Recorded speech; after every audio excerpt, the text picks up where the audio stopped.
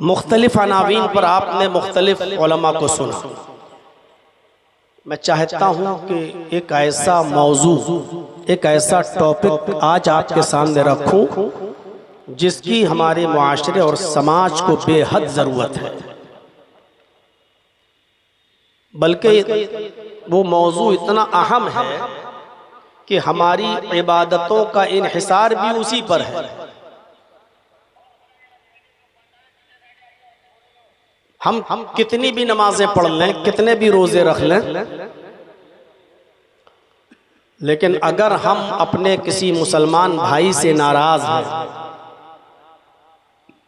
और उसकी कदूरत और हसद हम अपने दिल में रखते हैं और उससे बातचीत छोड़ दिए हुए हैं, तो अल्लाह के नबी सल्लल्लाहु अलैहि वसल्लम फरमाते हैं कि आपकी इबादतें भी कबूल नहीं होंगी। और हदीस साफ है कि किसी मुसलमान के लिए हलाल नहीं है कि वो अपने भाई को 3 दिन से ज़्यादा गुफ्तगू करना छोड़ दे, उससे लड़ाई झगड़ा रखे और 3 दिन से ज़्यादा गुजर जाएं, उससे दुआ और सलाम ना करे। ऐसे शख्स की कोई इबादत, कोई नमाज, कोई रोज़ा अल्लाह रब्बुल आलमीन के यहाँ कबूल नहीं होता है। इससे आप अंदाज़ा लगा सकते हैं कि मैं किस मौजू पर आपके सामने खिताब करना चाहता हूँ। भाईचारा इंतहाई ज़रूरी है। हम नमाज पढ़ें, रोज़ा रखें, हज करें, बड़ी से बड़ी इबादतें हम करते हैं, लेकिन आप उन इबादतों के पीछे देखें, इज्तिमाइयत को एक बड़ी अहमियत हासिल है। मसलन नमाज पढ़ने आप जाते हैं तो जमात के साथ नमाज पढ़ने की एक अलग अहमियत है। रोज़ा आप रखते हैं तो इस रोज़े के अंदर भी उसके रखने का मकसद ये है कि गरीब की भूख और प्यास का एहसास आपको हो कि देखो हम तो 1 महीना भूख और प्यास बर्दाश्त नहीं कर पाते, उन मुसलमान गरीबों का और मिस्कीनों का क्या हाल होता होगा जिनके घर में पूरे साल चूल्हा नहीं जलता। उनकी हमदर्दी हमारे दिलों में पैदा हो। इसी तरीके से हम हज करने जाते हैं तो अमीरी और गरीबी का फर्क मिटा देते हैं। एक ही लिबास में हम वहां होते हैं, काले और गोरे के फर्क को मिटा देते हैं और इस बात का हम मैसेज और पैगाम देते हैं कि हम सब भाई भाई हैं। न कोई अमीर, न कोई गरीब, न कोई छोटा, न कोई बड़ा, न कोई काला, न कोई गोरा। हम सब इस मैदान में जमा हैं और सारे लोग बस एक ही जुमला कह रहे हैं अपनी ज़बान से, लब्बैक लब्बैक अल्लाहुम्मा लब्बैक, ऐ अल्लाह मैं हाजिर हूँ, ऐ अल्लाह मैं हाजिर हूँ। ये लब्बैक क्या है? आप इकरार कर रहे हैं इस बात का कि अल्लाह मैं सरेंडर कर रहा हूँ तेरे सामने,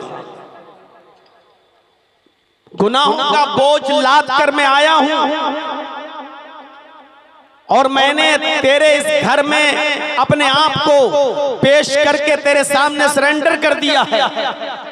ऐ अल्लाह अगर तूने हमको माफ नहीं किया तो कौन हमको माफ करेगा?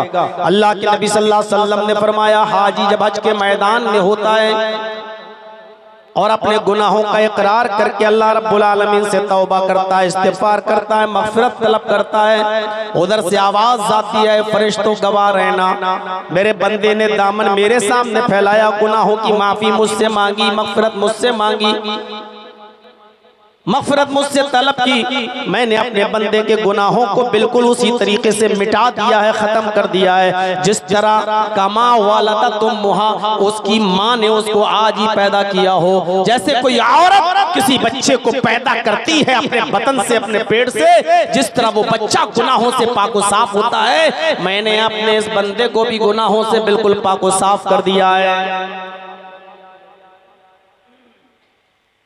इज्तिमाइयत, कुरान की जो आयत मैंने आपके सामने पढ़ी है, तिलावत की है, इसमें भी अल्लाह रब्बुल आलमीन ने मुख्तसरन ही सही लेकिन बहुत शॉर्ट में एक बात कह दी। और क्या कहा? गौर कीजिएगा, इन्नमल मुअमिनूना इख्वा, सारे मुसलमान जितने भी मोमिन हैं, जितने भी मुसलमान हैं पूरे वर्ल्ड में, पूरी दुनिया में जो कलमा पढ़ चुके हैं, इस्लाम ला चुके हैं, इख्वा, सब भाई। कितना छोटा सा जुमला अल्लाह के नबी सल्लल्लाहु अलैहि वसल्लम, कुरान ने अल्लाह तबारक व तआला ने पेश किया। इन्नमल मुअमिनूना इख्वा, सब जितने मुसलमान हैं सब भाई हैं। अब कोई ये ना सोचे कि मुसलमानों को भाई कहा है तो इसका मतलब मुसलमानों के अलावा हमारा कोई भाई नहीं है, सिर्फ मुसलमानों को ही हम अपना भाई समझें। हिंदू हमारे भाई नहीं, क्रिश्चियन हमारे भाई नहीं, यहूदी हमारे भाई नहीं, मजूसी हमारे भाई नहीं, सिख हमारे भाई नहीं, जैनी हमारे भाई नहीं। किसी के दिल में ये तसव्वुर ना आए। यहां ईमानी रिश्ते से अल्लाह ने सबको भाई कहा है।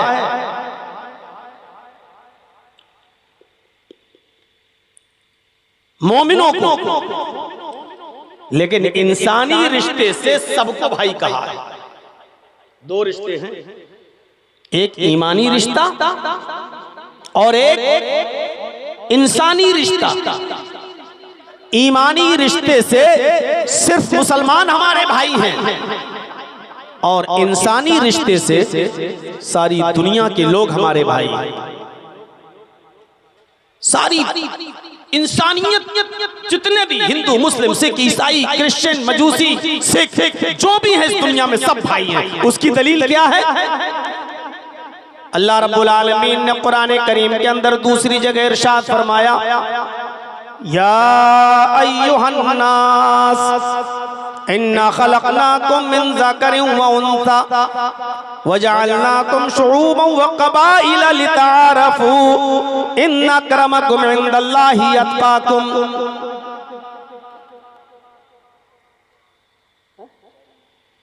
हमको चाहिए या अय्युहन नास इन्ना खलकनाकुम मिन ज़करिन व उन्सा।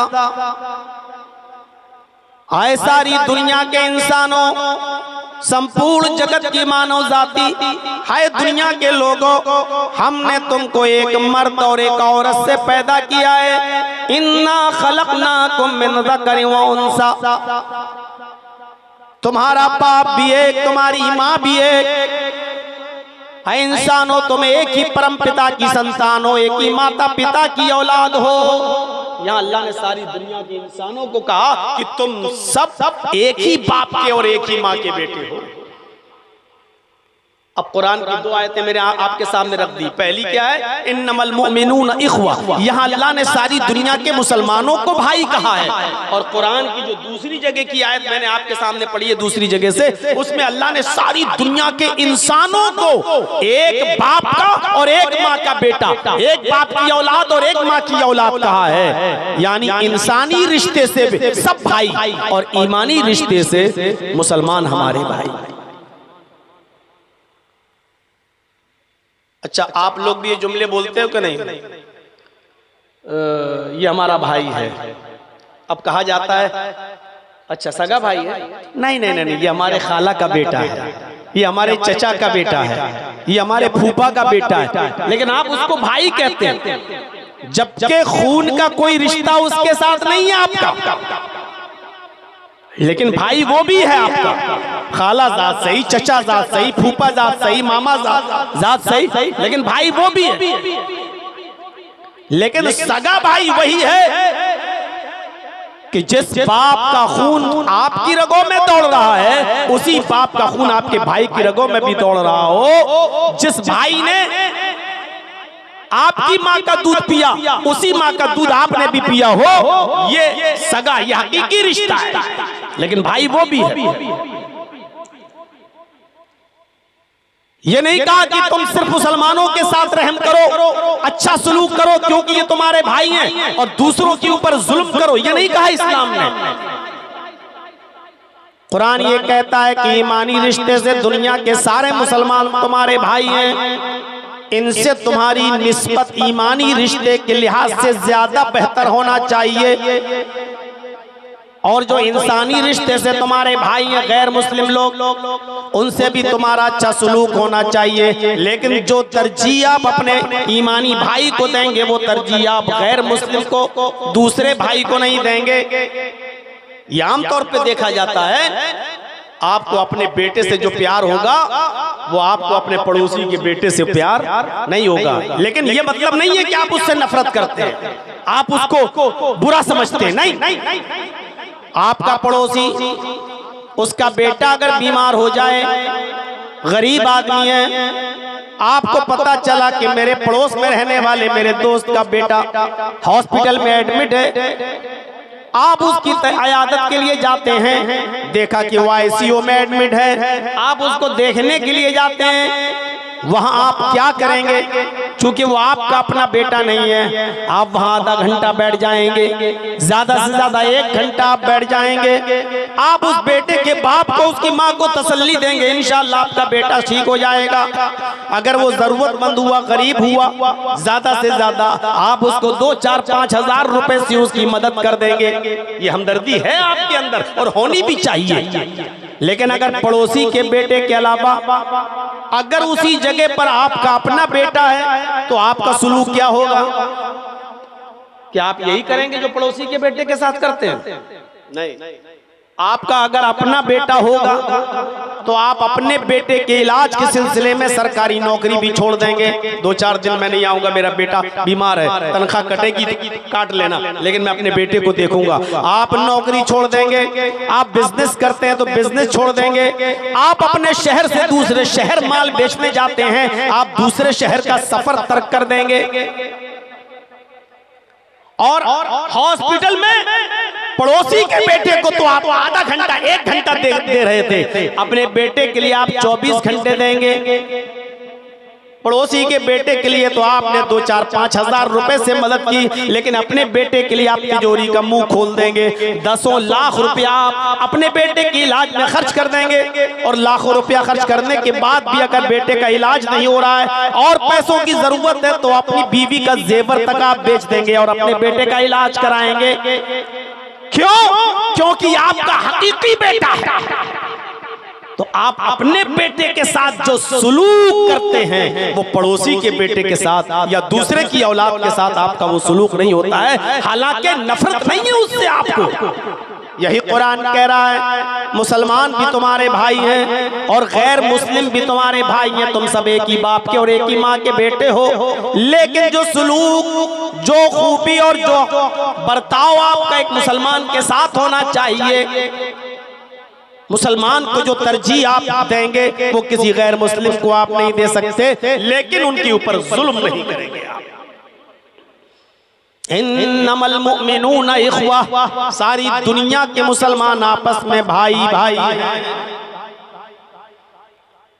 आगे आयत का दूसरा टुकड़ा है, वो बाद में मैं पेश करूंगा। पहले बता दूं कि भाई ईमानी रिश्ते से आपका जो भाई है, कलमा पढ़ लिया वो आपका भाई है। इस भाई की अहमियत सगे भाई से ज्यादा हो जाती है अगर वो इस्लाम पर नहीं है तो। गौर से सुनिएगा मेरी बात। एक इंसान इस्लाम ले आया, काफिर था पहले, आज उसने कलमा पढ़ लिया, अशहदु अल्ला इलाहा इल्लल्लाह व अशहदु अन्ना मुहम्मदन अब्दुहु व रसूलुहु, उसने कलमा पढ़ लिया। इस ईमानी रिश्ते से वो आपका जो भाई बन गया। अगर आपका सगा भाई इस्लाम पर नहीं है तो इस ईमानी रिश्ते से जो आपका भाई बना हुआ है, जो मुसलमान हुआ है ये आदमी, इसकी जो अहमियत है वो सगे भाई की भी अहमियत अब वो नहीं। और इसकी दलील क्या है? आप लाख कहिए वो मेरा भाई है, अगरचे भटक गया, अगरचे बहक गया, अगरचे इस्लाम नहीं लाया, लेकिन आप की नजर में उस मुसलमान की अहमियत ज्यादा होनी चाहिए जो कलमा पढ़कर इस्लाम ले आया। एक वाकया सुनाता हूं जिसको इमाम बुखारी रहमतुल्लाह अलैह ने नकल किया है, बहुत गौर से सुनिएगा मेरे भाइयों। उस वाकये से आपको बहुत कुछ मिलेगा। जंगे बद्र हो रही है, और जंगे बद्र ऐसी जंग थी जिसके अंदर अगर बाप नबी के साथ है तो बेटा अबू जहल के साथ है। एक भाई नबी का साथ दे रहा है तो दूसरा भाई अबू जहल का साथ दे रहा है। ये ऐसी जंग थी। जंगे बदर के अंदर हजरत अबू बकर सिद्दीक मुहम्मदुर रसूलुल्लाह की तरफ से लड़ रहे थे, तो अबू बकर सिद्दीक का बेटा अबू जहल की तरफ से लड़ रहा था। अजीब जंग थी। एक भाई है मुसाब इब्ने उमैर, उमैर का बेटा सहाबी, क्या नाम है? मुसाब इब्ने उमैर। ये सहाबी मुहम्मदुर रसूलुल्लाह की तरफ से लड़ रहे हैं, लेकिन मुसाब इब्ने उमैर का सगा भाई जिसका नाम है आदी इब्ने उमैर, ये अबू जहल का साथ दे रहा है, ये काफिरों का साथ दे रहा है। एक भाई नबी की तरफ से लड़ रहा है और दूसरा भाई नबी के दुश्मन अबू जहल की तरफ से लड़ रहा है। ये बड़ी अजीब जंग। और आपको ये अच्छी तरीके से मालूम होगा, जब ये जंग खत्म हुई तो नबी अकरम को शानदार फतह, शानदार कामयाबी मिली इस जंग के अंदर। 70 काफिर मारे गए इस जंगे बद्र में। 70 काफिर मारे गए और 77 ही काफिरों को कैद कर लिया गया। जो बताना है वो ये कि जिन काफिरों को कैद किया गया उन काफिरों में मुसाब इब्ने उमैर के भाई आदी इब्ने उमैर भी शामिल हैं, उनको भी कैद कर लिया गया। अल्लाह के नबी सल्लल्लाहु अलैहि वसल्लम ने सहाबा को हुक्म दिया कि इन काफिरों के पैरों में बेड़ियां डाल दो। मंजर देखिए, इन काफिरों के पैरों में बेड़ियां डाल दो। सहाबा किराम उन काफिरों के पैरों में बेड़ियां डालने लगे ताकि ये रात में भाग न जाएं। बेड़ियां डालते डालते डालते डालते आदी इब्ने उमैर का नंबर आ जाता है। एक सहाबी आदी इब्ने उमैर के पैरों में बेड़ियां डाल रहे हैं, वहीं मुसाब इब्ने उमैर खड़े होकर देख रहे हैं कि मेरे भाई के पैरों में बेड़ियां डाली जा रही हैं। तो मुसाब इब्ने उमैर कहते हैं इसको टाइट करके बांधो, ये बेड़ी को जरा टाइट करो, कस के जोर से, और ताला जरा अच्छी तरीके से लगाना, अच्छी तरीके से लॉक करना। ये बेड़ियां तोड़ने में माहिर है, एक्सपर्ट है, कभी भी बेड़ी तोड़कर भाग सकता है। यहां से टाइट करो, ऐसे इसको जकड़ो ताकि बेड़ी न तोड़ सके। ये कौन कह रहा है? मुसाब इब्ने उमैर। किसके लिए? अपने सगे भाई आदी इब्ने उमैर के लिए। आदी इब्ने उमैर ने देखा ये तो बड़ा गड़बड़ कर रहा है मेरा भाई, मेरे बारे में कह रहा है बेड़ियां यहां से टाइट करो, यहां से टाइट करो। अगर उसने अपनी मर्जी से टाइट करवा दिया तो मैं तो भाग ही नहीं पाऊंगा। तो आदी इब्ने उमैर को गुस्सा आया अपने भाई के ऊपर और जोर से चीखते हुए चिल्लाते हुए बोला, आए मुसाब, कैसा भाई है तू? शर्म नहीं आती तुझे? आदी अपने भाई को मुखातब करके कहता है कि आए मुसाब, कैसा भाई है तू? शर्म नहीं आती तुझे? तू मेरे बारे में कहता है कि बेड़ी यहां से टाइट करो, यहां से कस लो, यहां से लॉक कर दो ताकि ये भाग ना सके और बेड़ी तोड़ ना सके। तू अपने भाई के लिए ये बात कह रहा है? कैसा भाई है? शर्म आनी चाहिए तुझे। मुसाब इब्ने उमैर ने जब ये सुना कि मुझे ललकारते हुए कह रहा है कि कैसा भाई है, तो मुसाब इब्ने उमैर ने भी ललकारते हुए कहा, खामोश, चुप चुप चुप। कैसा भाई? कौन भाई? मैं तुझे अपना भाई नहीं मानता। कैसा भाई? आदी ने कहा, ए मुसाब, क्या मैं तेरा भाई नहीं हूं? मुसाब ने कहा, नहीं, मैं तुझे अपना भाई नहीं मानता। फिर आदी बोला, ए मुसाब, क्या तेरा बाप उमैर नहीं है? मुसाब ने कहा, हाँ मेरा बाप उमैर है। अदी ने कहा मेरा बाप भी उमैर है, क्या तेरी रगों में तेरे बाप उमैर का खून नहीं दौड़ रहा है? मुसाब ने कहा हाँ मेरी रगों में मेरे बाप उमैर का खून दौड़ रहा है। अदी ने कहा मेरी रगों में भी मेरे बाप उमैर का खून दौड़ रहा है, क्या तेरी माँ मेरी माँ नहीं है? मुसाब ने कहा हाँ तेरी माँ मेरी माँ है। कहा जब तेरा बाप उमैर है, तेरी माँ मेरी माँ है, और तेरी रगों में भी उमैर का खून दौड़ रहा है, उसी उमैर का खून मेरी रगों में भी दौड़ रहा है, तो फिर मैं तेरा भाई कैसे नहीं हूँ? मुसाब इब्न उमैर ने कहा ये सच है कि तू उमैर का बेटा है, ये सच है कि तेरी रगों में उमैर का खून दौड़ रहा है, लेकिन तू मेरा भाई नहीं है।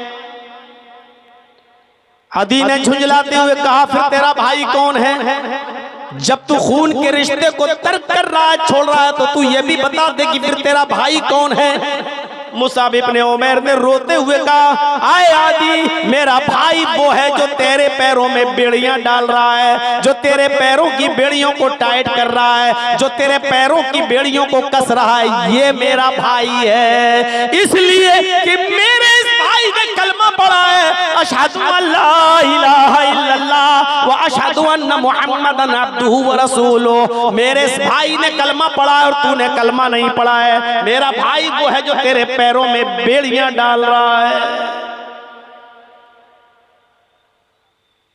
बड़े बड़े मुत्तकियों के आज तकवे पिघल जाएंगे, बड़े बड़े दाढ़ी वालों की दाढ़ियां आज उनके सर झुका देंगी, बड़े बड़े तहज्जुद पढ़ने वाले तहज्जुद गुजारों के सर झुक जाएंगे। लंबी दाढ़ी रख ली, तहज्जुद की नमाज पढ़ ली, नमाज पढ़ते पढ़ते नमाज पढ़ी का, और हालत यह है कि दसियों साल गुजर गए, मेरा पड़ोसी मुझसे बात नहीं करता है। हालत यह है कि मेरा भाई पड़ोस में है मुसलमान, लेकिन शादी में हमारे यहां नहीं आता है, ना हम उसको बुलाते हैं, तर्क किए हुए हैं, उसको छोड़े बैठे।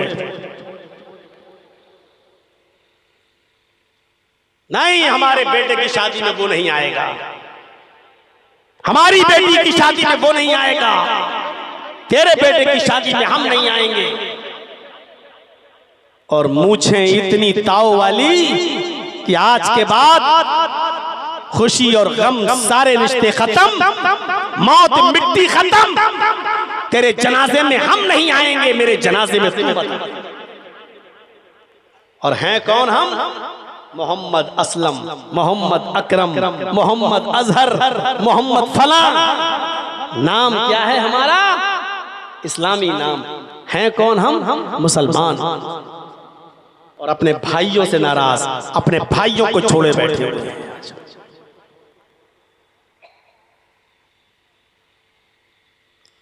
इसीलिए वो हदीस मैंने शुरू में पढ़ी, अगर कोई मुसलमान अपने किसी मुसलमान भाई से 3 दिन से ज्यादा नाराज रहता है, 3 दिन से ज्यादा बातचीत नहीं करता है, 3 दिन से ज्यादा छोड़े रहता है, तो उसकी कोई फर्ज, कोई सुन्नत, कोई नफिल अल्लाह रब्बुल आलमीन के यहाँ कबूल नहीं, कोई रोजा अल्लाह के यहाँ कबूल नहीं। नमाज का मामला कितनी बड़ी अहमियत नमाज की।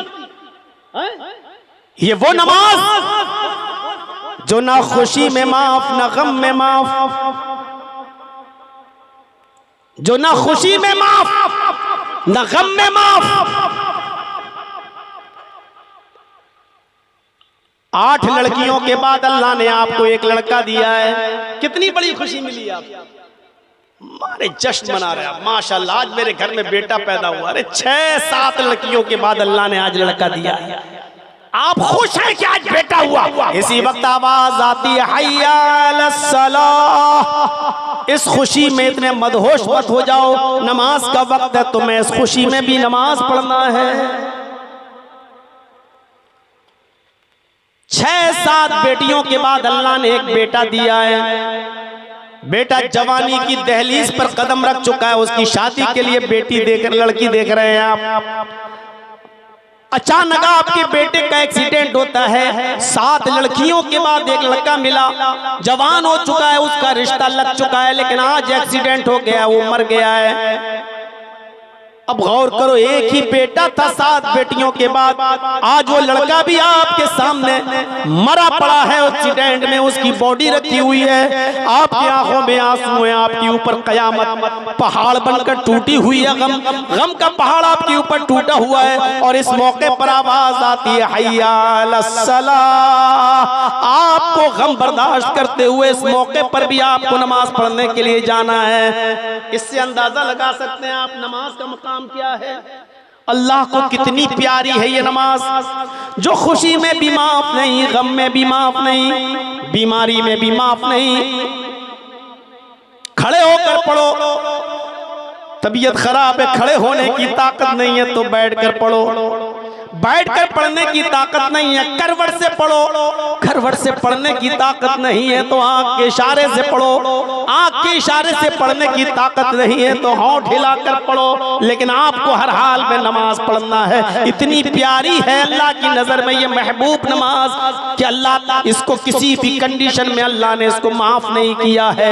लेकिन ये नमाज भी आपकी कबूल नहीं होगी, इतनी बड़ी इबादत भी आपकी कबूल नहीं होगी अगर आपका मुसलमान भाई आपसे 3 दिन से ज्यादा नाराज है। सही हदीस के अंदर ये रिवायत मिलती है कि अल्लाह के नबी सल्लल्लाहु अलैहि वसल्लम की बेटी हजरत फातिमा हजरत अली से नाराज होकर किसी बात पर चली आई घर। मियाँ बीवी, अली शौहर है, होता ही है मियाँ बीवी में कभी कभी मिजाज नहीं मिलते, खटक जाती है बात। हजरत फातिमा अपने घर चली आई हजरत अली से नाराज होकर। अल्लाह के नबी सल्लल्लाहु अलैहि वसल्लम की नजर पड़ी बेटी पर, समझ गए बेटी कुछ मायूस है, उदास है। बाप ने अपनी बेटी का चेहरा पढ़ लिया, पूछा बेटी क्या बात है, रोने लगी। आपने उनको सीने से लगाया, फरमाया बेटी मुझे बताओ क्या हुआ, तुम मेरी लख्ते जिगर हो, मेरे दिल का टुकड़ा हो, क्या बात है। कहा अब्बू मैं अली से नाराज होकर चली आई। लेडीज आई है ना, माँ बहनें मौजूद है ना जलसे में, सुनो। दिन भर फोन करके अपनी लड़कियों को पहाड़े पढ़ाने वाली हो, अपने लड़कियों को शह देने वाली हो, ऐसे घर में रहो। अरे ऐसे कैसे तेरी सास ऐसा कर सकती है, अरे तेरी नंद होती कौन है तेरे मामले में दखल देने वाली, दिन भर मोबाइलों पर अपनी बेटियों को सबक पढ़ाने वाली हो। सुनो, अल्लाह के नबी अपनी बेटी से कह रहे हैं बेटी क्यों, मैं अली से नाराज होकर चली आई। आपने ये नहीं पूछा क्या हुआ, किस बात पे नाराज हुई, ये नहीं। यहाँ वो बाप और माँ क्या जो अपनी बेटी से पूछा अच्छा क्या हुआ, अच्छा बता तो क्या किया तेरे साथ तेरे शौहर ने, बता तो, मारा है क्या किया तेरे साथ। अल्लाह के नबी कुछ नहीं पूछ रहे, अल्लाह की कसम कुछ नहीं पूछ रहे। बेटी नाराज होकर आई, बेटी ने बस इतना कहा अल्लाह के नबी से मैं अली से नाराज होकर आई हूं अब्बू। आपने ये नहीं पूछा नाराजगी किस बात पर हुई, ये नहीं कहा गलती तेरी के उसकी, कुछ नहीं। आप अपनी बेटी के पास बैठे थे, उठ गए, खड़े हो गए और खड़े होने के बाद फरमाया मेरी बेटी इसी वक्त सामान उठाओ और अली के घर वापस जाओ, इसी वक्त तुम अपने शौहर के घर में वापस जाओ। अब्बू मैं नहीं जाऊंगी। फरमाया बेटी सुन लो, अगर तुम अली के घर इस वक्त वापस नहीं गई और मेरे घर में तेरा इंतकाल हो गया, मेरे घर में अगर तुम मर गई, मेरे घर में अगर तुम्हारी रूह कब्ज हो गई, तुम्हारा इंतकाल अगर मेरे घर पे हो गया तो कसम है उस जात की जिसके कब्जे में मोहम्मद की जान, तेरे बाप की जान है, अगर मेरे घर में तेरा इंतकाल हो गया तो तेरा बाप मोहम्मद तेरा जनाजा नहीं पढ़ा, तेरा बाप मोहम्मद तेरा जनाजा नहीं पढ़ाएगा, इसी वक्त उठो और चली जाओ। ये होते हैं घर बनाने के तरीके।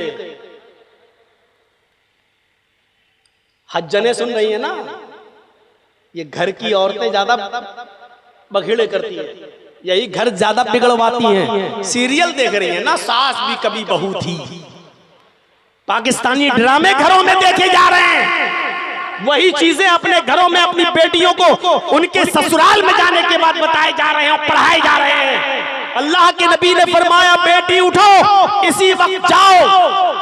अगर तुम्हारा इंतकाल हो गया मेरे घर में तो याद रखना मोहम्मद तुम्हारा जनाजा नहीं पढ़ाएगा। अपने शौहर से नाराज होकर अगर बेटी आए और इंतकाल कर जाए और इस हाल में कि शौहर उससे नाराज हो, तो मोहम्मद रसूलुल्लाह भी उसका जनाजा पढ़ाने से इनकार कर रहे हैं। जो औरतें मर जाती हैं अपने घरों में, इस हाल में मरती हैं कि उनके शौहर उनसे नाराज रहते हैं और नाराजगी की हालत में मर जाते हैं। बताओ दुनिया के किस मौलवी को ऐसी औरत का जनाजा पढ़ाना चाहिए? क्या ऐसी औरतें हक रखती हैं कि उनका जनाजा पढ़ाया जाए? क्या अधिकार है?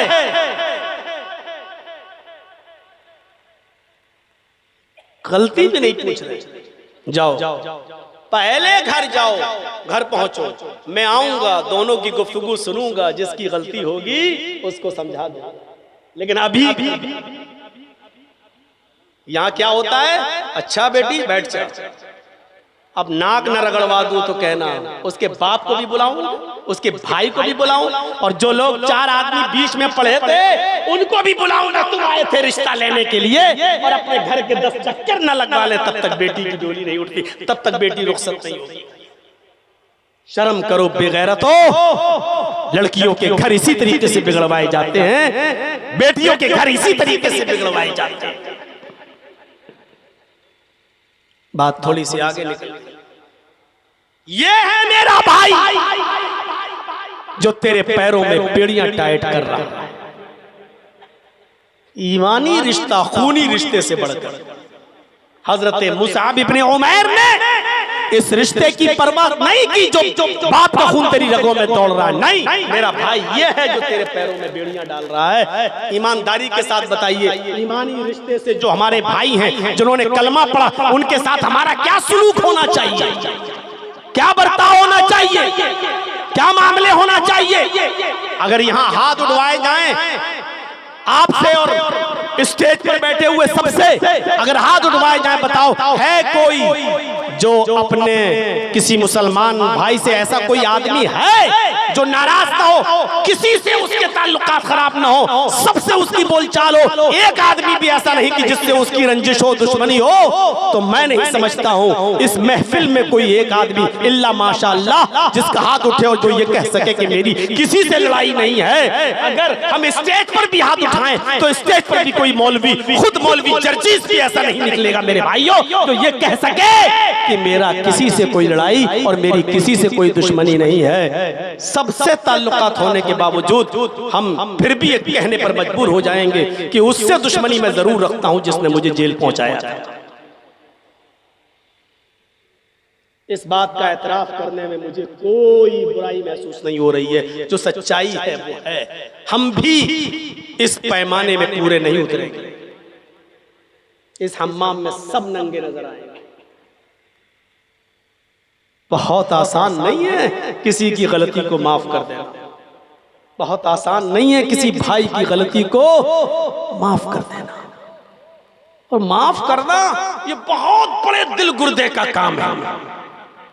वो हिबार इब्ने अस्वद जिसने ऊंटनी को कचौका लगाया और हजरत ज़ैनब नीचे गिर गई, हमल था पेट में, साकित हो गया, हमल जाय हो गया और उसी सदमे से हजरत ज़ैनब इंतकाल कर गई।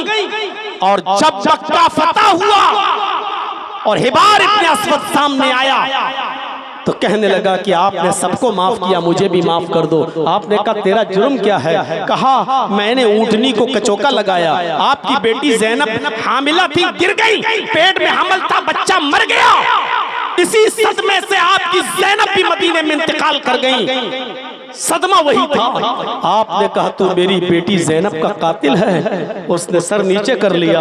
आपने कहा माफी मांगने आया है। उसने कहा जी। आपने कहा हिबार जा मैंने तुझे भी माफ कर दिया, ऐ हिबार जा मैंने तुझे भी नजरअंदाज कर दिया। हालांकि तू मेरी बेटी का कातिल है, तूने मुझे तकलीफ तो इतनी दी है कि मुझे 23 साल में 13 साल मक्का और 10 साल मदीना, इस 23 साल में जितनी तकलीफें सबने मिलकर दी हैं तराजू के पलड़े पर रख दी जाए। और मेरी बेटी का जिस दिन तूने जान लिया, मेरी बेटी का जिस दिन तूने कचौका मारा और उसको गिराया और उसका इंतकाल हुआ, उस एक दिन की तकलीफ को अगर तराजू के दूसरे पलड़े पर रखा जाए तो आए हिबार उस एक दिन की तकलीफ मेरी 23 साल की तकलीफों पर भारी होगी। लेकिन जा मेरी चौखट पर माफी मांगने आया है, मैंने तुझे माफ कर दिया। ये माफ करना हर किसी के बस की बात कहाँ है मेरे भाइयों, ये बहुत बड़े कलेजे का काम है। ये आपने तालीम इसलिए दी है कि मेरे भाइयों जब मैं एक काफिर को माफ कर सकता हूँ तो अगर किसी मुसलमान से बहुत बड़ी गलती हो जाए तो एक मुसलमान होने की हैसियत से तुम उसको माफ क्यों नहीं कर सकते? करो। और बेहतर इंसान वो है जो जिंदगी में जल्दी से माफी तलाफी करके अपने मामले को हल कर ले। बड़ी मेहनत की थी अल्लाह के रसूल ने ये भाईचारा पैदा कराने के लिए, बड़ी मेहनत की थी। आपको मालूम नहीं हालात क्या थे अरब के? एक आदमी की बकरी दूसरे के खेत में चली गई, दूसरे मोहल्ले में, दूसरे गांव में, दूसरे कबीले में, और दूसरे कबीले के आदमी के खेत में जाके थोड़ी सी घास खाली, बस बकरी है खाली, चली गई चलते हुए दूसरे मोहल्ले में और उस गांव में जाकर दूसरे के कबीले में घास खाली। वो बकरी को पकड़ के लाया और इस आदमी के पास लाकर कहता अपनी बकरी पकड़ और बांध के रख, तेरे खेत में कैसे आई? आज छोड़ रहा हूं लेकिन आइंदा इस बकरी को बांध के रखना। ये आदमी भी तैश में आ गया, अरे बकरी है चली गई तो क्या हुआ, थोड़ी सी घास खा ली तो क्या हुआ है, तू इतना गुस्सा हो रहा है? इसी पे तू मैं हो गई बस। उसने कहा संभाल के रख आइंदा ना है। इसने कहा बकरी है चली गई तो क्या हुआ? कहा एक तो मैं समझाने आया हूँ, ऊपर से सीना जोरी कर रहा है। अरे तो क्या हुआ, क्या कर लेगा तू? बस बात बढ़ी और बढ़ते बढ़ते ये कबीलों की जंग हो गई, इस खानदान और उस खानदान की जंग हो गई। मेरे भाइयों ज़ादुल मआद पढ़िए अल्लामा इब्न क़य्यिम की, ये जंग जब चली दोनों कबीलों के दरमियान तो ये जंग 27 साल तक चलती रही। कितनी अज्जड़ कौम थी, कितनी खुराफाती कौम थी ये अरब की कौम। इतनी सी बात पर जंग चली तो कितने साल? 27 साल तक जंग चलती रही। और दोनों तरफ से मरने वालों की तादाद जब गिनी गई तो कितने आदमी मर चुके थे दोनों तरफ से 27 साल में? 40,000। लेकिन जंग बंद नहीं हुई। इतनी अज्जड़ कौम को मोहम्मद रसूलुल्लाह ने अपने आला अखलाक से जब भाई भाई बनाया तो ये हाल पैदा हो गया। ऐसी अज्जड़ और ऐसी खुराफाती कौम के अंदर जब भाईचारा पैदा किया तो ऐसा भाईचारा पैदा कर दिया कि जंग यरमूक के अंदर 3 सहाबी जख्मी पड़े हैं, उठने की ताकत नहीं है, लड़ते लड़ते जख्मी हो गए। एक सहाबी पानी का प्याला लेकर एक के पास जाता है, अपने भाई को उठाता है, मेरे भाई पानी पी लो।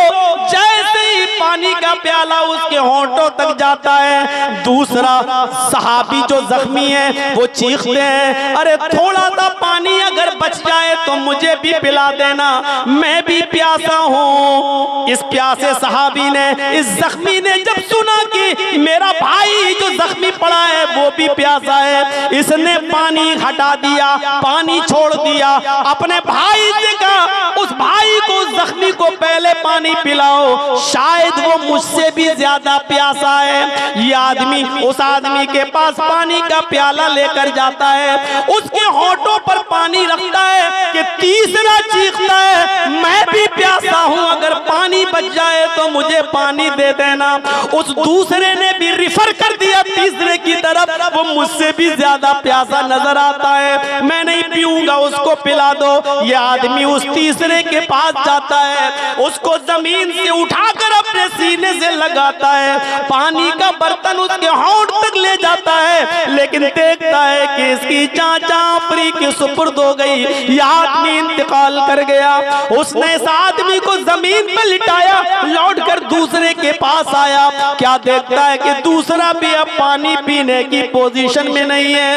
वो लौट कर फिर पहले के पास आया जहां से पानी पिलाना शुरू करना चाहता था। जब वो लौट कर पहले के पास आया तो क्या देखता है कि पहला आदमी भी अपनी जान जाफरी के सुपुर्द कर चुका, वो भी इंतकाल कर गए, वो भी शहीद। मेरे प्यारे साथियों, अभी तीनों प्यासे थे, तीनों पानी मांग रहे थे। इसने कहा उसको पिलाओ, वो मुझसे ज्यादा प्यासा। उसको पिलाने गए, उसने कहा उसको पिलाओ, वो मुझसे ज्यादा प्यासा। उसके पास पहुंचे तो उसका इंतकाल, दूसरे के पास आया तो देखा दूसरा भी इंतकाल कर गया। फिर पहले के पास आया तो पहला भी इंतकाल कर गया। जो कौम बकरी के घास खा लेने की वजह से 27-27 साल तक लड़ती हो, उस कौम की हैवानियत और जानवरियत को मिटाकर अल्लाह के नबी ने ऐसा भाई भाई बना दिया कि जो लोग 40-40 हजार आदमियों के मरने के बाद भी जंग बंद नहीं करते थे, वो एक दूसरे के लिए अपनी जान देने वाले बन गए, एक दूसरे के लिए अपनी जान निछावर करने वाले बन गए। इसी मंजर को कुरान ने यूं बयान किया,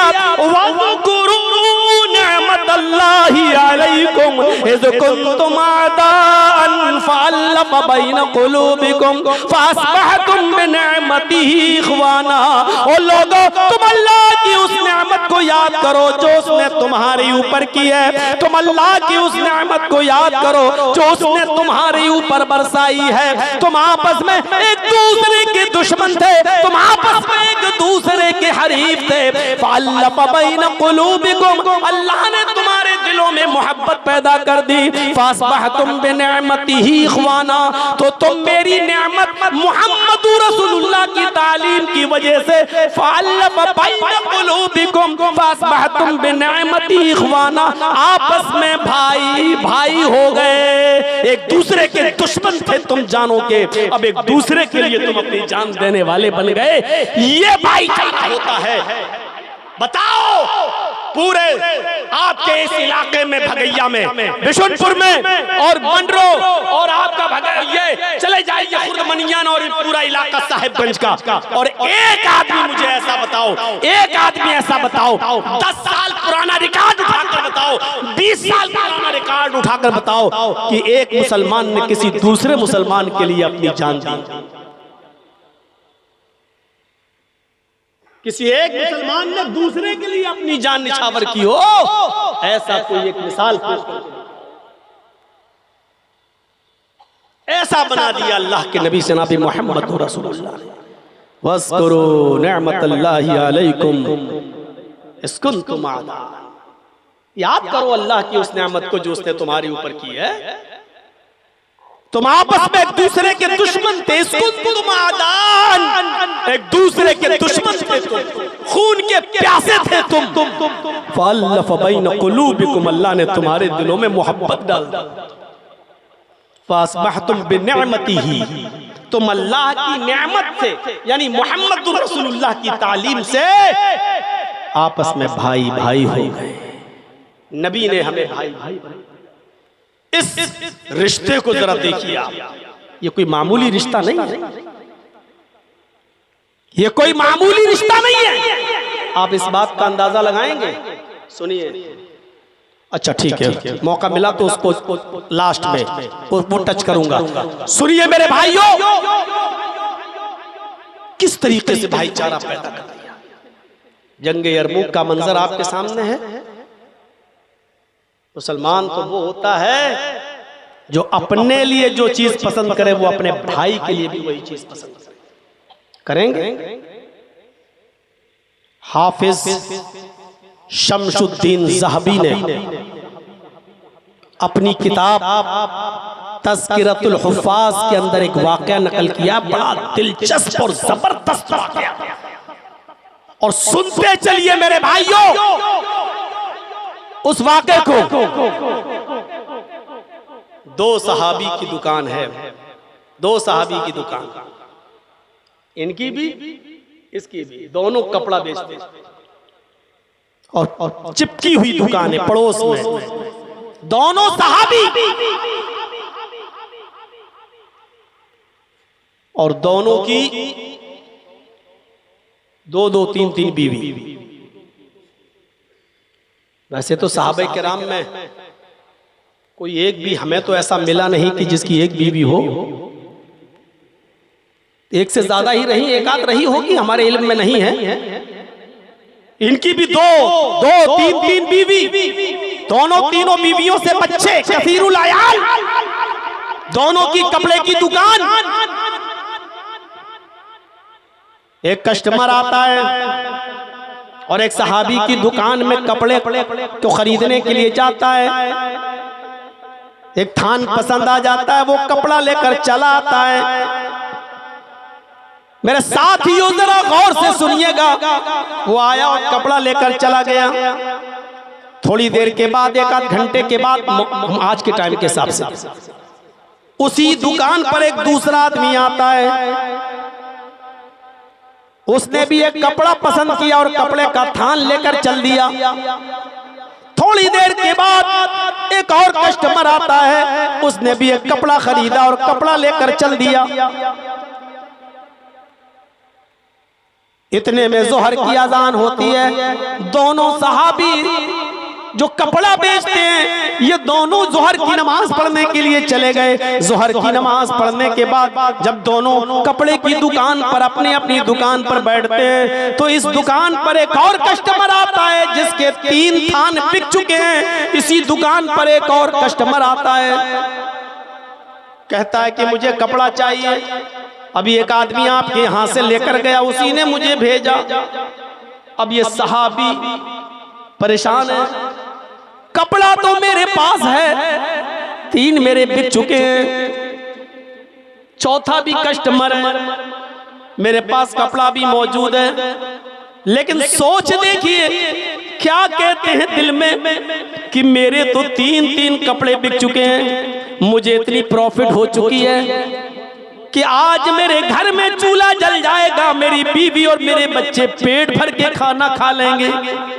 लेकिन मेरे पड़ोसी भाई, मेरे पड़ोस में जिसकी दुकान है कपड़े की, उस भाई का एक भी कपड़ा नहीं बिका है। सुबह से कोई कस्टमर उसके पास नहीं आया है। उसकी भी बीवी है, उसके भी बच्चे हैं, उसके घर में भी तो चूल्हा जलना चाहिए, उसके घर में भी तो खाना पकना चाहिए। इस सहाबी ने उस कस्टमर से कह दिया कि जो कपड़ा तुम खरीदने आए हो वो मेरे पास अब नहीं है, उससे भी अच्छा कपड़ा तुम्हें मेरे पड़ोसी की दुकान पे मिल जाएगा, तुम चले जाओ, ये भी अच्छा है। मेरी दुकान समझो, वो मेरा भाई है बेचने वाला, आपको उससे भी अच्छा कपड़ा वहां मिल जाएगा। और इसने उस कस्टमर को पड़ोसी की दुकान पर भेज दिया। उस आदमी ने उस कपड़े को वहां से लेकर चला गया, इसने भी बेच दिया। मेरे भाइयों, उस जमाने में भी कपड़ों की दुकानें करीब करीब हुआ करती थी, लेकिन कंपटीशन का दौर नहीं था कि हम ज्यादा बेचें कि तू ज्यादा बेचे। वहां दौर ये था कि अगर तेरे 2 कपड़े बिक गए, मेरे 2 कपड़े बिक गए, तो मेरे भाई का भी बेचना चाहिए, उसके घर में भी चूल्हा जलना चाहिए। मेरे भाइयों, यही तालीम दी थी जनाब मोहम्मद रसूलुल्लाह सल्लल्लाहु अलैहि वसल्लम ने। यहाँ बेईमानों ने ये चक्कर बना लिया। मौलाना साहब, मेरे पड़ोस में भी कपड़े की दुकान खुल गई, सारे कस्टमर मेरे वहां भाग गए। ऐसा कोई ताबीज दो जो हम अपनी दुकान के सामने गाड़ दें, उसकी दुकान के कस्टमर भागते हुए मेरे पास आ जाएं, और आज के ये बेईमान कठमुल्ले धड़ाधड़ ताबीज देते, तेरे घर में बरकत होगी, तेरी दुकान चलेगी, उसकी दुकान बंद हो जाएगी।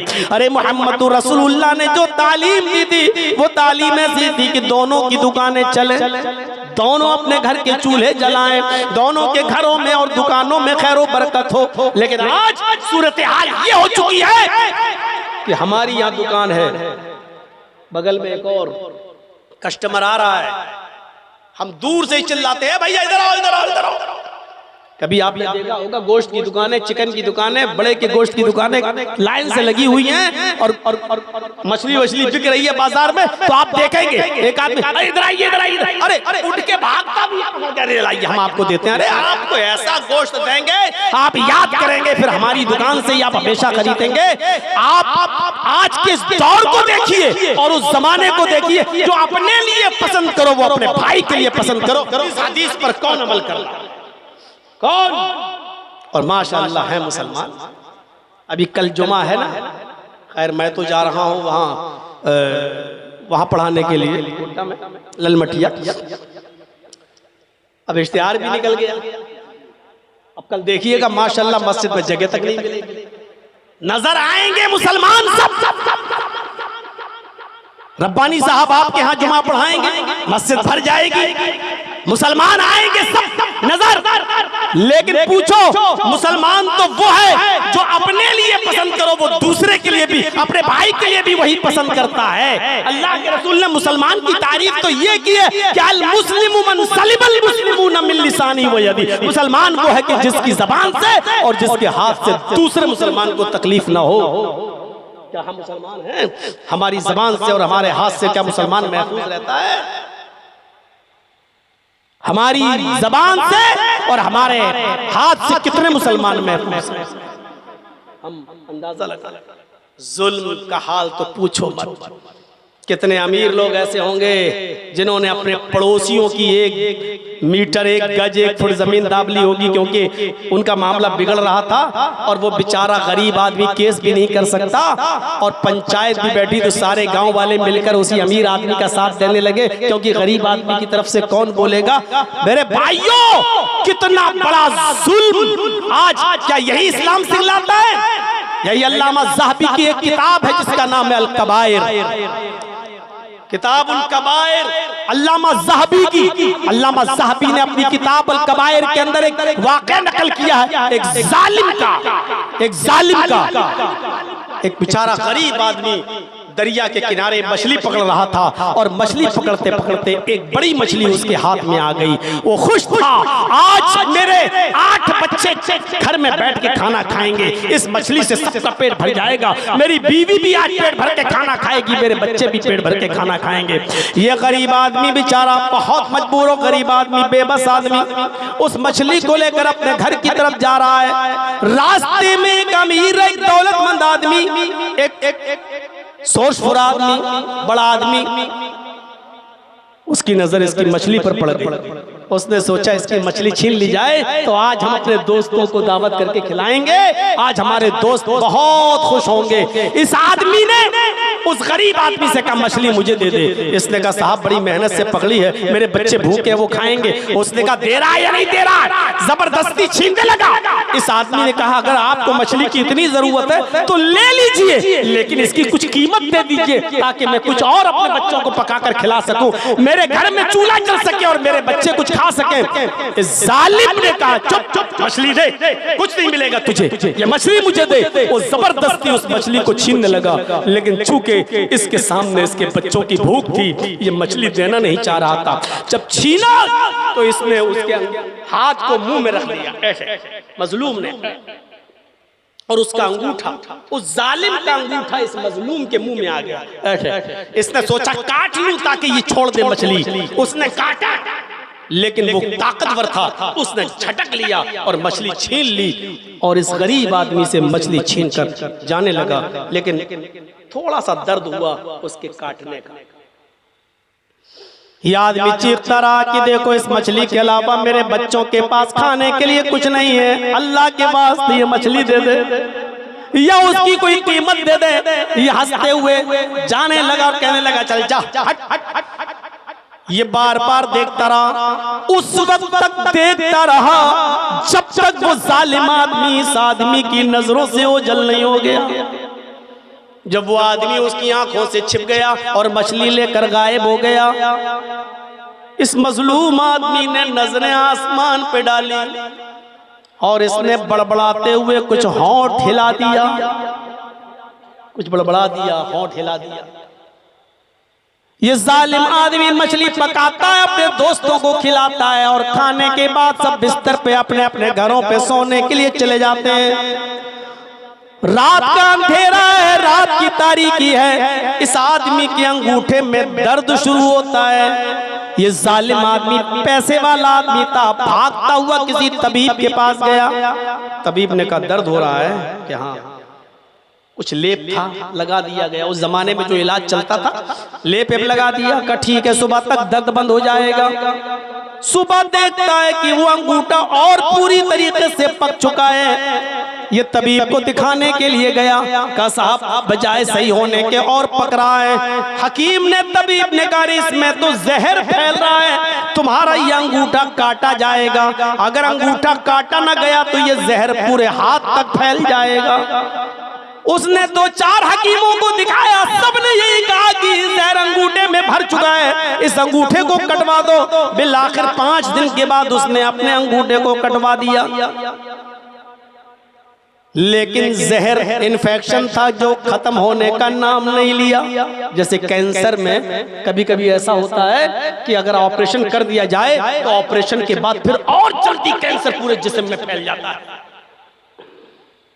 ये अंगूठा कट तो गया, लेकिन ये इन्फेक्शन फैलते फैलते 15 दिन के अंदर पूरी कलाई तक पहुंच गया।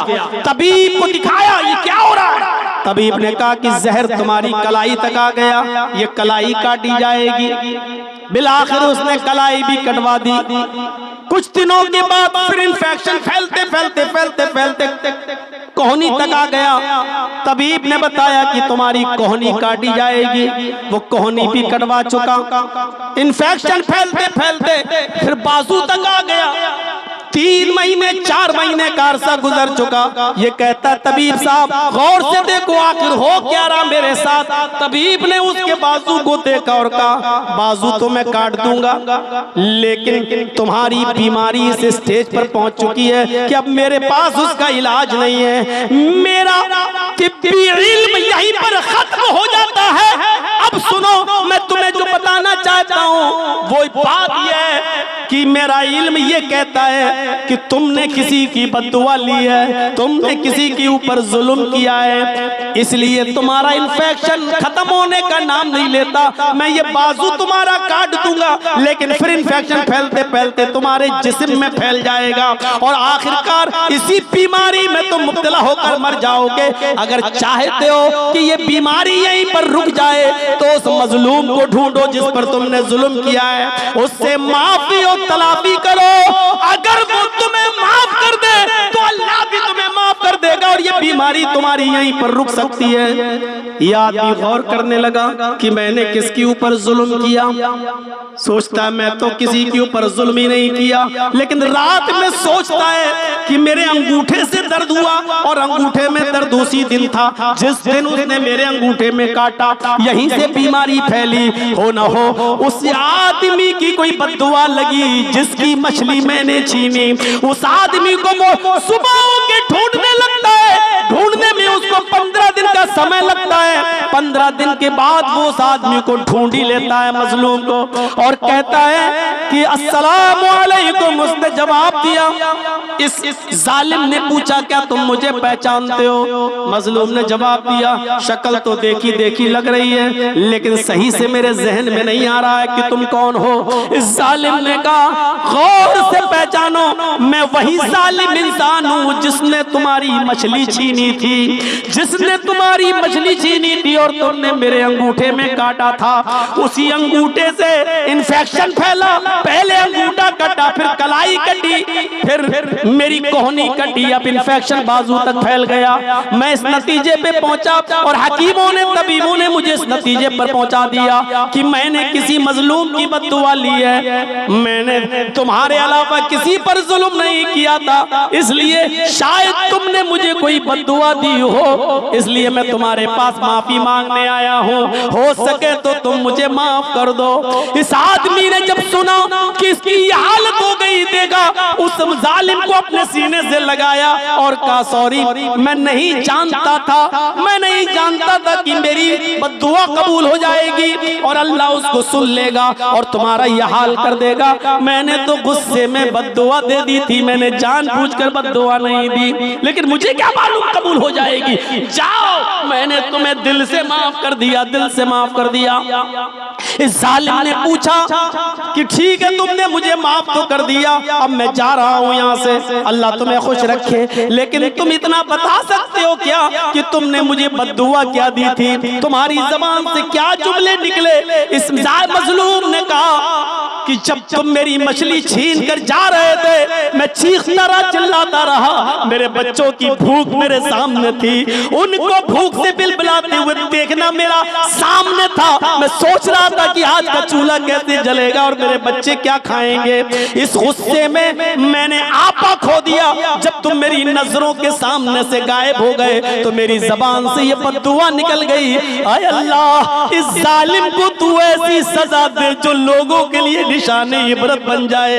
आय अल्लाह, इस जालिम को ऐसी सजा दे जो लोगों के लिए निशाने इबरत बन जाए। मेरी जबान से ये जुमले निकल गए थे। मुझे नहीं मालूम था कि अल्लाह इस जुमलों को सुन लेगा।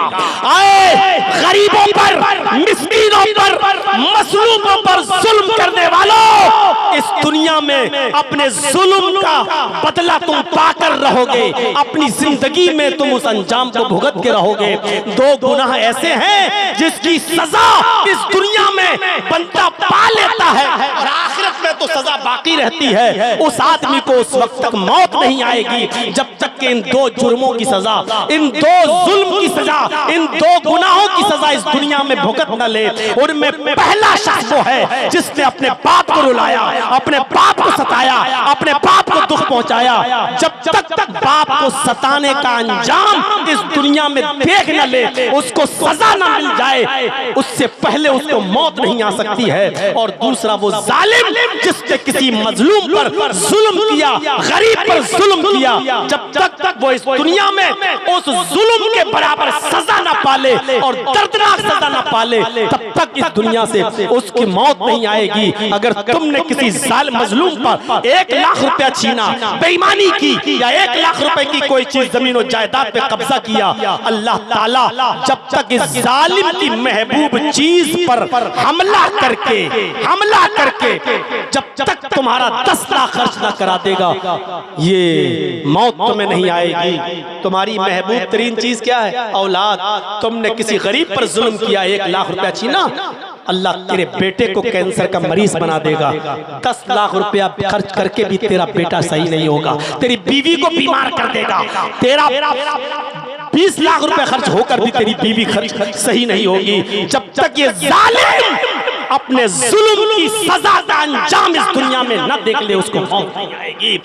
डरो, मजलूम की बद्दुआ से डरो, मजलूम की बद्दुआ से डरो। मेरे बहुत बुरी सजा। इसलिए मैं कहता हूं, जो अपने लिए पसंद करो वो अपने भाइयों के लिए भी पसंद करो। सईद इब्न जुबैर का नाम सुना है? बहुत बड़े ताबई गुजरे हैं। हज्जाज इब्न यूसुफ ने उनके कत्ल का ऐलान कर दिया और कहा उनको जिंदा पकड़ के लाओ। पुलिस को ऐलान कर दिया, इनको पकड़ के लाओ और जिंदा मुझे चाहिए, जिंदा। मरे हुए नहीं। बहुत नेक आदमी थे, बड़े मुत्तकी परहेजगार थे, लेकिन हज्जाज इब्न यूसुफ के खिलाफ आलम बगावत बुलंद किया, इसलिए हज्जाज ने उनको जिंदा पकड़ के लाने का हुक्म दिया। पुलिस वाले उनको कुत्तों की तरह ढूंढ रहे हैं। जैसे कुत्ते कोई चीज ढूंढते हैं, ऐसे पुलिस वाले ढूंढ रहे हैं सईद इब्न जुबैर को कि किसी तरीके से हमें मिल जाएं। लेकिन सईद इब्न जुबैर हाथ नहीं आ रहे थे। वो दिन में किसी के यहाँ सो जाते थे चुपके से और रात में निकलते थे ताकि हज्जाज की सल्तनत से निकलकर किसी और मुल्क में चला जाऊं और वहां मैं अपनी जान की हिफाजत कर लूं, सेव कर लूं। एक दिन कहीं सो रहे थे बेचारे, किसी हमदर्द के घर में सो रहे थे और किसी जासूस ने जासूसी कर दी और हज्जाज की पुलिस ने जाकर उनको पकड़ लिया। अपने ही लोग जासूसी करते हैं, गैर नहीं, अपने ही। किसी अपने ने ही जासूसी कर दी, किसी अपने ने ही जासूसी कर दी और सईद इब्न जुबैर जो बड़े नेक थे, मुत्तकी और परहेजगार, उनको पकड़ लिया गया, उनको अरेस्ट कर लिया गया। अब हज्जाज के पास लाने की तैयारी है। 15 दिन का सफर है, हज्जाज तक उनको पहुंचाया जाए। 15 दिन लगेंगे हज्जाज के पास जाने में। सईद इब्न जुबैर रास्ते में जब भी नमाज का वक्त होता नमाज पढ़ते और नफली रोजा रखते, क्योंकि सईद इब्न जुबैर को मालूम था कि मेरा अंजाम क्या होगा। हज्जाज के सामने लाया जाऊंगा और हज्जाज मुझे कत्ल कर देगा, कत्ल करवा देगा। इसलिए वो दिन में नमाज, दिन में रोजे रखते थे नफली और रात में वो नमाज पढ़ा करते थे, इबादत करते थे। पुलिस वालों ने जब देखा, दो पुलिस वाले जब देखते हैं कि ये बेचारे बड़े नेक हैं, मुत्तकी हैं, परहेजगार हैं, इनका हुस्न सुलूक बहुत अच्छा है, अखलाक बहुत अच्छा है, दिन में रोजा रखते हैं, नमाज के वक्त नमाज पढ़ते हैं, और जब मैं इनसे कहूँ चलने के लिए तो चल देते हैं। पुलिस वाले इनके अखलाक से बड़े मुतासिर हुए। 4-5 दिन के बाद पुलिस वालों ने आपस में सलाह की, देखो हम हज्जाज को, हम सईद इब्न जुबैर को हज्जाज के सामने जब पेश करेंगे तो हज्जाज इनको एक ही सजा देगा, अपनी आंखों के सामने जल्लाद से कत्ल करवा देगा। ये बेचारे बड़े नेक आदमी हैं, हम किसी नेक आदमी का गुनाह अपने सर पर क्यों लें? ऐसा करते हैं कि हम दोनों मिलकर सईद को छोड़ देते हैं बेचारे को, और हज्जाज से ये कह देंगे कि बहुत ढूंढने के बाद भी हमें सईद इब्न जुबैर नहीं मिले। पुलिस वालों ने अच्छा ही सोची, सईद इब्न जुबैर से कहा, देखो सईद, बहुत रात हो रही है और मैं नहीं चाहता हूं कि तुम्हें हज्जाज के पास ले जाऊं और हज्जाज तुम्हें कत्ल कर दे। ऐसा करो, हम तुम्हें छोड़ रहे हैं, तुम चुपके से रात में निकलो और रात में सफर करना और दिन में कहीं छिप जाना, फिर रात में सफर करना। 2-3 रातों के बाद तुम किसी दूसरे मुल्क में चले जाओगे, वहां तुम्हारी जान बच जाएगी और तुम हज्जाज के जुल्म से अपने आप को बचा लोगे। जाओ, हम तुम्हें छोड़ रहे हैं। सईद इब्न जुबैर ने कहा, अल्लाह तुम्हें खुश रखे, आज तुमने मेरी बीवी को बेवा होने से बचा लिया, मेरे बच्चों को यतीम होने से बचा लिया। जिस तरह तुमने मेरे ऊपर रहम किया, अल्लाह तुम्हारे ऊपर भी रहम करे। सईद इब्न जुबैर चल दिए। चलो अच्छा, तुमने मुझे छोड़ दिया, जाओ। सईद इब्न जुबैर जाने लगे। जो चीज बताना है सुनिए, वो क्या है? सईद इब्न जुबैर अभी 100 कदम दूर गए होंगे, बस 100 कदम दूर, 1 किलोमीटर भी नहीं, 2 किलोमीटर भी नहीं, 100 कदम दूर गए होंगे बस। 100 कदम दूर जाने के बाद वहीं से पलटते हैं, वहीं से पलटते हैं, और पलटने के बाद लौट कर वापस आते हैं और उन दोनों पुलिस वालों से कहते हैं कि नहीं, मैं तुम्हारे साथ हज्जाज इब्न यूसुफ के पास जाऊंगा, मुझे मत छोड़ो, मुझे वहां जाना है, मुझे लेकर वहां चलो। पुलिस वाले हैरान हैं, हमने तो तुम्हें छोड़ दिया है और तुम आए हो और अपने आप को मौत के मुंह में ढकेल रहे हो, तुम्हें मालूम है कि हज्जाज तुम्हें कत्ल कर देगा। सईद इब्न जुबैर कहते हैं कि मुझे अपना अंजाम मालूम है कि मैं कत्ल किया जाऊंगा, लेकिन फिर भी मैं तुमसे कहता हूं कि लेकर चलो। पुलिस वालों ने कहा, अरे सईद, तुम्हें क्या हो गया है, तुम्हें क्या हो गया? मैं तुम्हें छोड़ रहा हूं और तुम जा रहे हो। सईद इब्न जुबैर ने फरमाया कि जब मैं जा रहा था 100 कदम दूर गया, मेरे सामने अल्लाह के नबी की हदीस आ गई कि जो तुम अपने लिए पसंद करो वो अपने भाई के लिए भी पसंद करो, और जो अपने लिए पसंद नहीं करते वो अपने भाई के लिए भी पसंद न करो। तुम दोनों भी मुसलमान हो और हमारे भाई हो ईमानी रिश्ते से, मैं तुम्हारे लिए कैसे पसंद कर लूं? जब तुम मुझे छोड़ दोगे तो जिस जासूस ने मेरी जासूसी की और मुझे एक आदमी के घर में मुखबिरी करके पकड़वा दिया, उस जासूस को ये अच्छी तरीके से मालूम होगा कि तुम दोनों ने मुझे पकड़ लिया है और हज्जाज के पास ले जाया जा रहा है। तुम हज्जाज से कहोगे कि हमें सईद नहीं मिले, लेकिन वो जासूस हज्जाज को बता देगा और कह देगा कि इन दोनों पुलिस वालों ने पकड़ लिया था लेकिन रास्ते में कहीं छोड़ दिया। अगर हज्जाज को यह पता चलेगा कि तुमने मुझे पकड़ने के बाद फिर छोड़ दिया तो मेरी जान तो बच जाएगी, लेकिन हज्जाज तुम दोनों को नहीं छोड़ेगा और तुम दोनों को कत्ल कर दिया जाएगा। मैं नहीं चाहता कि मेरी जान बच जाए और मेरी जगह पर तुम दोनों को कत्ल कर दिया जाए। जैसे मुझे कत्ल होना पसंद नहीं है, उसी तरीके से मैं तुम दोनों का भी कत्ल होना पसंद नहीं करूंगा, मुझे ले चलो। पुलिस वालों ने फिर कहा, मान जाओ। कहा नहीं, मैं बच जाऊं और तुम दोनों को कत्ल कर दिया जाए, ये मुझे गवारा नहीं। बहरहाल पुलिस वाले मजबूर हो गए और सईद इब्न जुबैर को लेकर आए और हज्जाज के सामने पेश कर दिया। हज्जाज ने जब सईद इब्न जुबैर को देखा तो हंस दिया, पुलिस वालों को इनाम से तो नवाज दिया, लेकिन सईद इब्न जुबैर से कहा, ये बागी आज आ गया, मैं इसको अपनी आंखों के सामने कत्ल होते हुए देखना चाहता हूं, लिहाजा खूनी चमड़ा बिछाया जाए, खूनी चमड़ा बिछा दिया गया, खूनी चमड़ा बिछा दिया गया। उस खूनी चमड़े के बाद हज्जाज इब्ने यूसुफ ने पीछे से सईद इब्ने जुबैर के हाथ बंधवा दिए, उनको घुटनों के बल जमीन के ऊपर बिठा दिया और जल्लाद को हुक्म दिया कि मेरी आंखों के सामने इनकी गर्दन पर तलवार चलाओ और इनकी गर्दन तन से जुदा कर दो। हज्जाज का हुक्म होते ही जल्लाद ने एक तलवार सईद इब्ने जुबैर की गर्दन पर मारी और जिस चीज का खतरा था वही हुआ। सईद इब्ने जुबैर की गर्दन एक ही वार में तन से जुदा कर दी गई। सईद इब्ने जुबैर को कत्ल कर दिया गया। पूरा वाकया बताने का मकसद यह है कि सईद इब्ने जुबैर ने अपने आप को कत्ल करवा लिया, लेकिन अपने आप को बचाने के चक्कर में उन पुलिस वालों को नहीं फंसवाया, उनको मौत के मुंह में नहीं ढकेला।